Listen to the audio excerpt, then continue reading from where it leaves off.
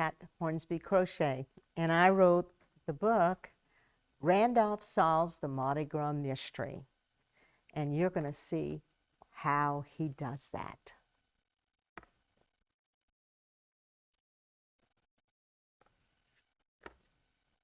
Oh! Squirrels who were hunting for acorns on the ground run up the big oak trees in Olivia's backyard. Oh! Little green frogs in the nearby pond jump off their lily pads into the cool water. Oh! Snakes slither on the bushes to escape the sound. Papa stands on the front porch and frowns. "Quiet, Randolph," he says. "You're much too loud for such a little dog." Randolph has heard this before. His mama and his brothers and sister used to say the same thing. Randolph lays his head on his paws.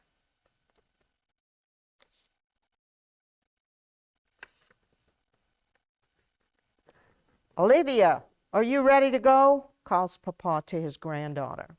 "Hurry, or we'll miss the Mardi Gras parade. Remember to bring your bag to hold all those beads you're going to catch." Papa sounds happier now. Randolph is glad. "Coming, Papa." When he hears Olivia's voice, Randolph dances with excitement. He loves to ride in Papa's big truck. "I'll be out in a minute," Olivia calls. Randolph watches Papa leave to get the truck. He doesn't know what a parade is, but whatever it is, he knows he wants to see it with Olivia. Randolph spies Olivia's purple, green, and gold bag on the porch. He wonders what's in it. Maybe it's a ball he can play with. He sticks his nose in. He crawls in until only his wagging tail can be seen. Then Randolph curls all up inside. Olivia comes out onto the porch. She picks up the bag. It's heavy. She looks inside. Randolph's eyes look back at her. She puts her finger to her lips and smiles. "Let's go, little one. We have a parade to watch and beads to catch," Papa calls to Olivia. Randolph feels Olivia lift the bag. He's on his way to the parade with Olivia. She puts the bag down at her feet. Randolph remembers to stay very quiet so Papa will not see him. He's so quiet, he soon falls asleep. Randolph wakes to the sound of music and sirens and lots of people talking all at once. There are all sorts of new and interesting smells for him to explore. People and horses, Randolph is sure. "Looks like the parade hasn't started yet," Papa says. Randolph peeks out the bag to see what is going on. Papa sees him. "Randolph, what are you doing here?" "I brought him," Olivia says. "Can he please stay and see the parade?" Papa shrugs. "Well, it's too late now to go back home." "I'll watch him, I promise," Olivia says. Olivia hugs Randolph tight. Randolph wags his tail and licks her chin. He is so happy to be with his friend as his first ever Mardi Gras parade. "Let's go down the street a bit. Maybe we can find out why the parade is late," Papa says. Randolph follows them through the crowd of people, enjoying the exciting new smells. Soon Randolph hears a familiar sound. Clip, clop, clip, clop. A police officer on horseback stops nearby and dismounts to stand near the horse. The horse is Midnight, Randolph's old friend from Pierre's farm. Randolph hasn't seen his friend since he left his doggy family in Pierre's yard to live with Olivia and her family. Randolph scoots over to the big horse and barks excitedly. He stands on his back legs and touches noses with Midnight. "Hi there, Randolph. What are you doing here?" the horse says. I came with my new friend Olivia and her papa to see the parade. Oh, that might be a problem. The king has lost his crown. What's a crown? Asked Randolph.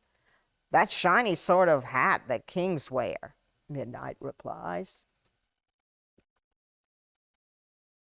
Look, there it is, says Midnight.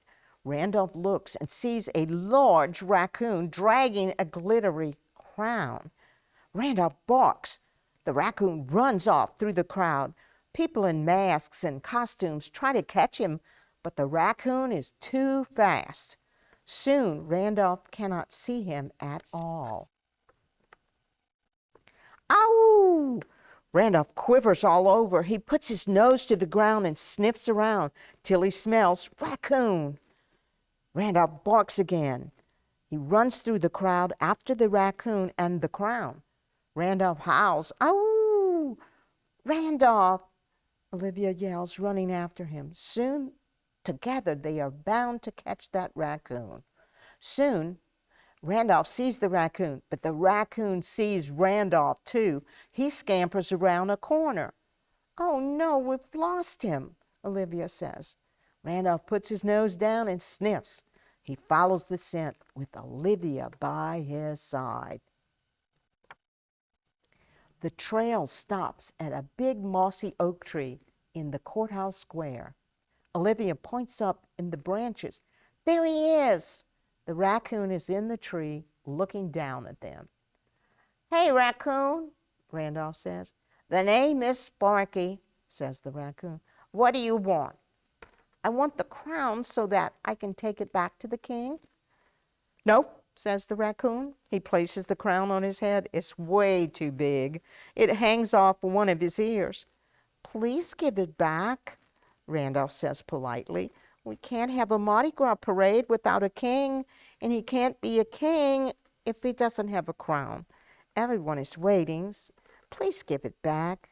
"Nope," says the raccoon. "No way, no how." Randolph knows he can't climb the tree to get to the crown, and the raccoon won't give it back. Now there won't be a parade. Olivia will be so disappointed.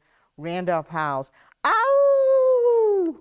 Sparky covers his ears at the noise and knocks the crown clean off his head. It falls right at Olivia's feet. Just then, Randolph sees the police officer ride up, followed by Papa. Olivia holds up the Mardi Gras crown. "Look, Randolph found it," Olivia says. She hugs Randolph and says to Papa, "Bet you're glad Randolph came with us." Papa nods, smiling.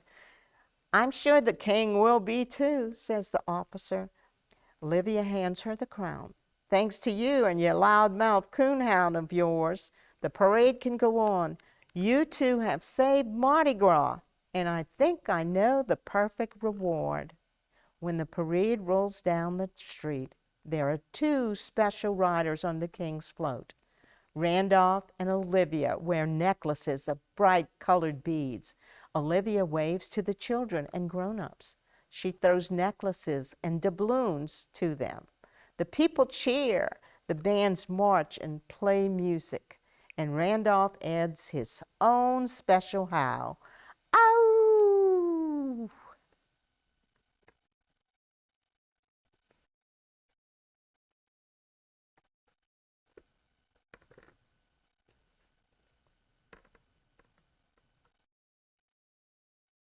Mardi Gras is essential to South Louisiana, and the parade that they were going to see was not the New Orleans parade, but maybe a small town, maybe like Houma.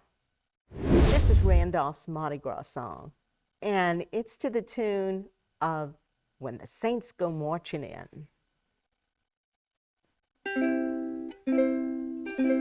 Oh, when the floats prepare to roll, oh, when the floats prepare to roll, the king discovers his crown is missing, so the floats just cannot roll. And And when the thief is running past, Randolph knows it's up to him. He charges after the thief to catch him and return the missing crown.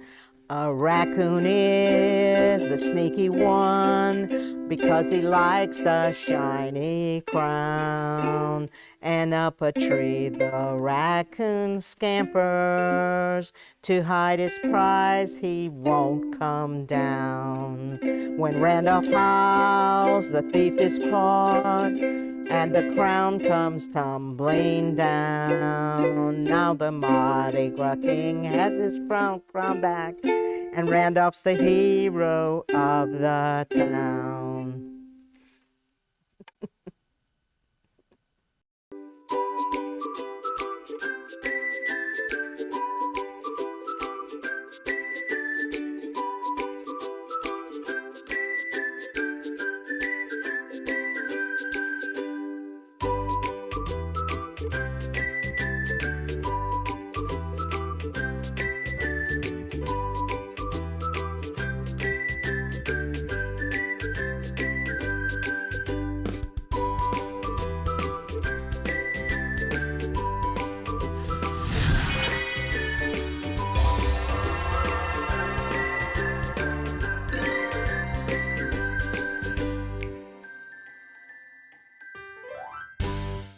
Hi, my name's Donna Benoit.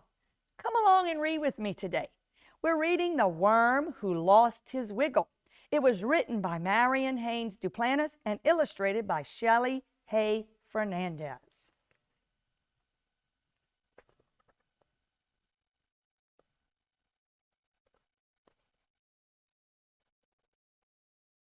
I would like to dedicate this book to my friend, Ginger Dryden, who gave me the inspiration for this book because of her collection of worms. Not just any worms, but worms with personalities. Worms wearing bonnets, worms smoking pipes, worms singing in the choirs. Ginger is the kind of friend who just worms her way into your heart. She is a wonderful friend who has always been there for me and my family in the good and the bad times.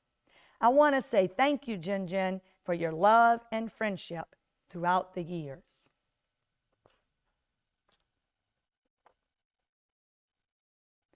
The worm went into the barber shop. Hip, hip, hip, hop, hop, hop.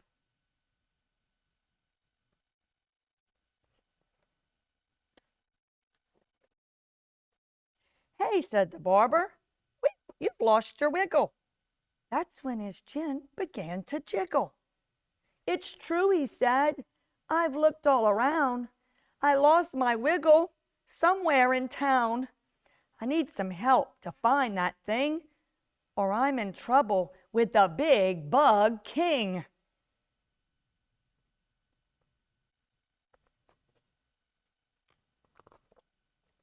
Bees, they buzz, and flies go zzz. The spider, he crawls on the ground. Ants go on picnics, and moths like the light, and grasshoppers hop all around. Caterpillars turn into butterflies, and ladybugs fly away home. But if I lose my wiggle, what will I do? Just sit around crying alone?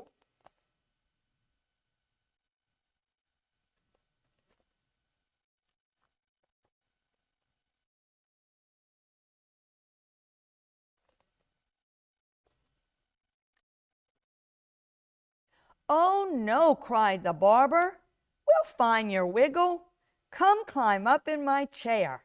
The first thing we'll do is wash your face and cut this straggly hair. Then you can see where your wiggle went. You couldn't see it before. With the hair in your face and dirt on your nose, it must have slipped out the door.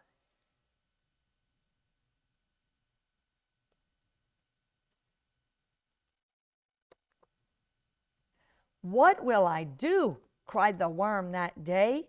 Just how will I run and play? Will the other wiggly worms just laugh at me as they go on their way? Or will they stop to help me and ask me to come and play?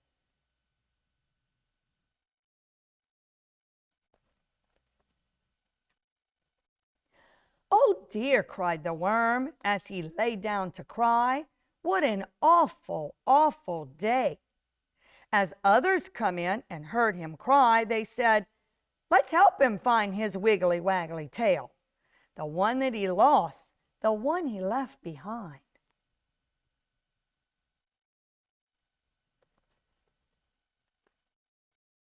"It's over here," called the butterfly. "I found it under this rose." "It's up that mountain, I know it is, but it's covered with snow and it froze."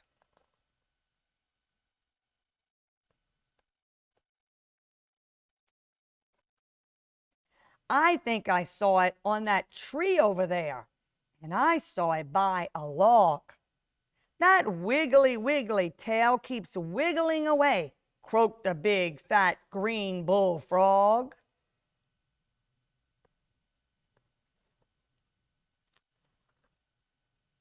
"If I were you," advised the wise old owl, "I'd get another wiggled today. At the Wiggle Waggle store, they have lots more that wiggle, wiggle, waddle, and sway."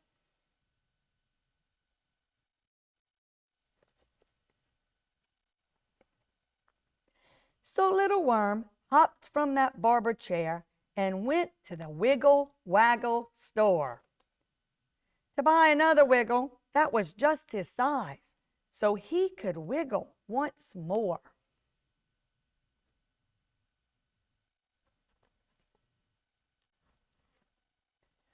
On the racks up above were the wiggle tails of every color and shape.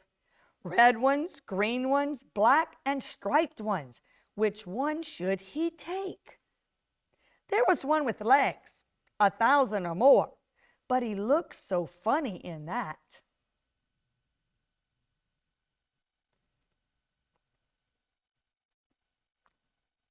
Another one tried, was big, much too big, and made him look too fat.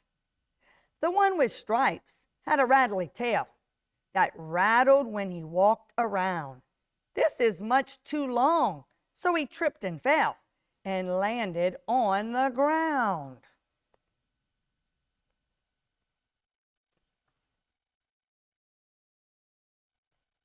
He spent the day hopping around the store. It was almost dark outside. "Oh, what will I do when my mama finds out?" the little worm, he cried.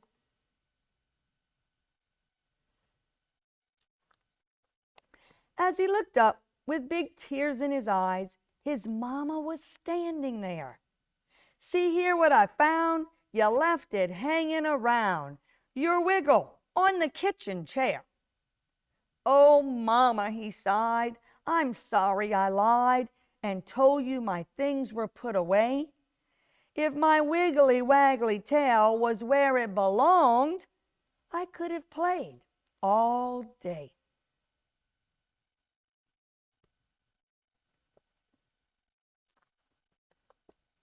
"Now, dear, don't you worry," soothed the mama worm.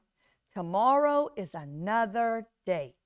So put on your wiggle and let's go home and invite all your friends to play." The little worm put on his tail and headed for the door.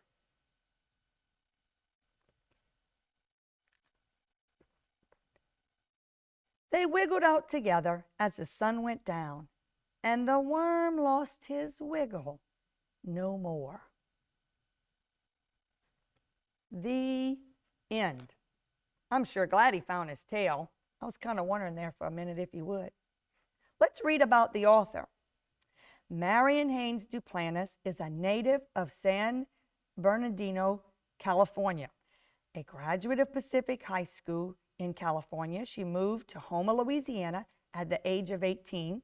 She married Camille C. Duplantis III at the age of 19 and remained active in church by singing in little theater productions and church choirs and she also released a tape of her singing all of her original Christian music. They were blessed with 5 children: Phyllis, who's deceased, Michelle, Darrell, who's deceased, Brendan, and Joel. They now have 9 grandchildren and 6 great-grandchildren. Marion's writing career began with her writing a skit to be used in the Cleanest City contest called Auntie Litter, for which she won the state award. Marion has now published 3 books: The Little Pumpkin, with illustrations by her nephew, Charles Adams; Mop Bucket Meditations, with illustrations by Claudine Bouquet; and a cookbook with 750 coast-to-coast recipes called From California to Cocodrie. Marion has several children's stories written, and they are now being prepared for publication. They all carry positive messages with good values. Marion's love for children is reflected in her writings. Let's read about the illustrator. That's the one who drew all the pictures. Shelley Hay Fernandez was born at Mountain Home Air Force Base in Idaho, but she's lived most of her life in Houma, Louisiana. She and her husband, David, have been married for 18 years and have a beautiful 5-year-old daughter who will be entering kindergarten in the fall. Shelley received her Bachelor of Arts art education degree from Louisiana Tech University in Ruston, Louisiana. She has taught art for the last 18 years and has been teaching media arts at Terrebonne High School in Houma since 2005. Shelley was the Terrebonne High 2012-2013 Teacher of the Year and was an Inspirational Teacher of the Year nominee. Although her schoolwork keeps her busy, she finds time to present in-service workshops, act as a videographer for the school and local events, and design sets for several plays. This is her first attempt at illustration, and she has enjoyed the challenge.